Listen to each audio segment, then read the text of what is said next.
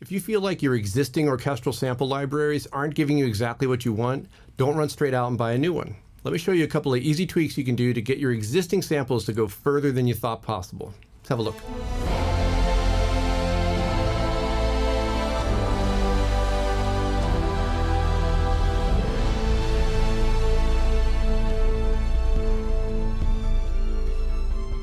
So I was talking to some colleagues recently, and we were talking about sample libraries and which ones do this better, which ones do that better, which ones sound good for this, and should I get this one, should I get that one?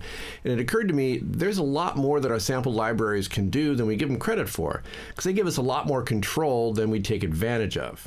For instance, with a lot of sample libraries, they give you access to the various mics. Instead of it just being a stereo mix like in the old days, you've got access to the close mics, the room mics, all kinds of stuff. Let's look at Spitfire, for instance. Notice right in the center, they've got a little thing that says Easy Mix, and a little picture of the orchestra, and what I'm guessing is a small group of attentive ants. So they've got a slider here. Now it starts in the default position, which is halfway between close and far.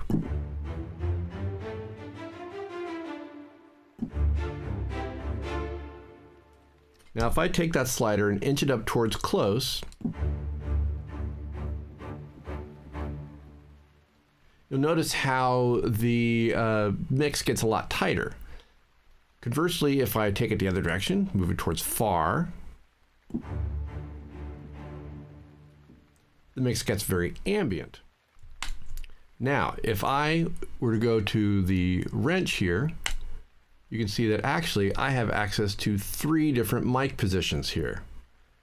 This is a C for close, that's T for tree, and A for ambient. So I can adjust these in any ratio I want. Let's look at this photo from the Fox scoring stage. Now notice directly above the players, there's a bunch of mics pointed directly at them. Those are the close mics, as you might imagine.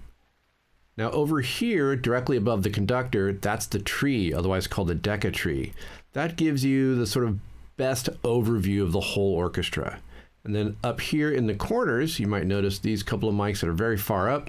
Those are the ambient mics, also called surround mics. So here, if I go just close, I have that sound. Or if I go just tree, and just ambient. So you can get any blend you want with those 3 guys. Now, of course, as I mentioned, other libraries have similar stuff to this. Let's look at Cinebrass trumpet. Bring that up.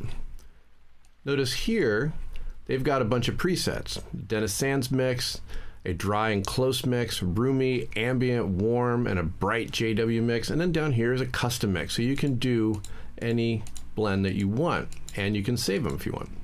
And I mentioned the JXL brass already. It has access to all kinds of, you can see here, there's a surround mics, reverb only for the back mics. All this, you have all this access. So take advantage of what the library has to offer.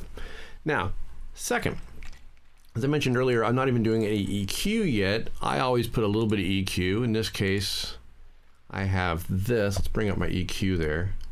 Since this is a full string sample, I'm just taking out a little of the tubbiness, adding a little low end, then blending that with actually a low cut to get rid of any rumble, and a little high end just for brightness, right? Now, let's say, for instance, mic blends and EQ weren't enough. There's another trick I can show you. This is especially for short strings, because one of the toughest things to do is get short strings to cut through if the samples just don't have that grit and bite. I like to use a little plugin called Decapitator from SoundToys. Now this is fantastic. So I do have a preset that I like called Mid Driver. I just tweak it a little bit. It's a distortion plugin in case you're wondering what Decapitator is. I mean, with a name like Decapitator, right? But anyway, I usually roll the tone up a little bit and then roll the mix all the way off for a second so I can hear just the original sound.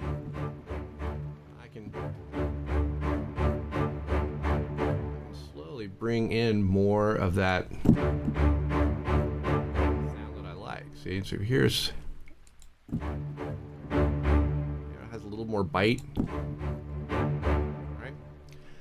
Then, and this is an Alan Meyerson trick, so I'm totally borrowing from him here. And one that he's shared in his videos. You really should check out. His mixing videos are phenomenal. Renaissance Axe is a great little plugin. It's designed for guitars, but it's a simple compressor that gives of bite to strings. It's a great trick for short strings. So if you were, for instance, trying to get a really aggressive tone, and there's some sample libraries that do that naturally. There's, I think, East West, their stuff has a little more grit. It's a smaller section, I think, so it's kind of right in your face. So that's another little trick. Use a little bit of distortion. If you're in Cubase, you can use Quadrafuzz. Every DAW has its own distortion plugins. Quadrafuzz is cool because it's actually divided up into frequency bands, so you can change what distortion is on which frequency band. So if you don't want to distort the lows and you want to just distort the highs, you can do that. There's a lot of other plugins that do that. Experiment with what you got. Now, so you can get a sense of what the changes we did to the Spitfire strings mean in context. I wrote a short little piece, and I'll show you the difference between how the original strings blend and how the new strings blend. Here's what the original strings. First of all, here's the riff itself.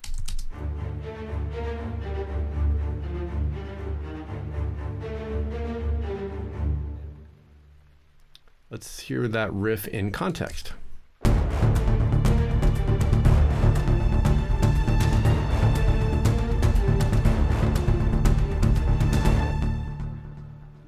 Let's hear it with the changes.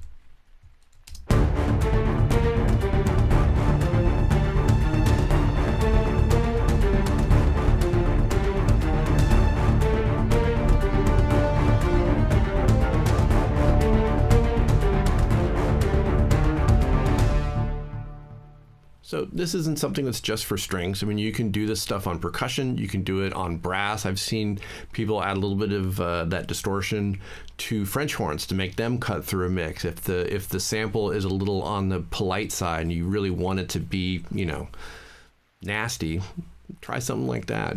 EQ, mic choice, and then post-processing. That's compression, your distortion, that kind of stuff. Get in there, experiment, experiment, experiment. Don't run out and buy new libraries until you've exhausted all of your resources on the ones you have. We will go through more of these later. Hit the like and subscribe if you want, and I'll see you on the next one. Okay.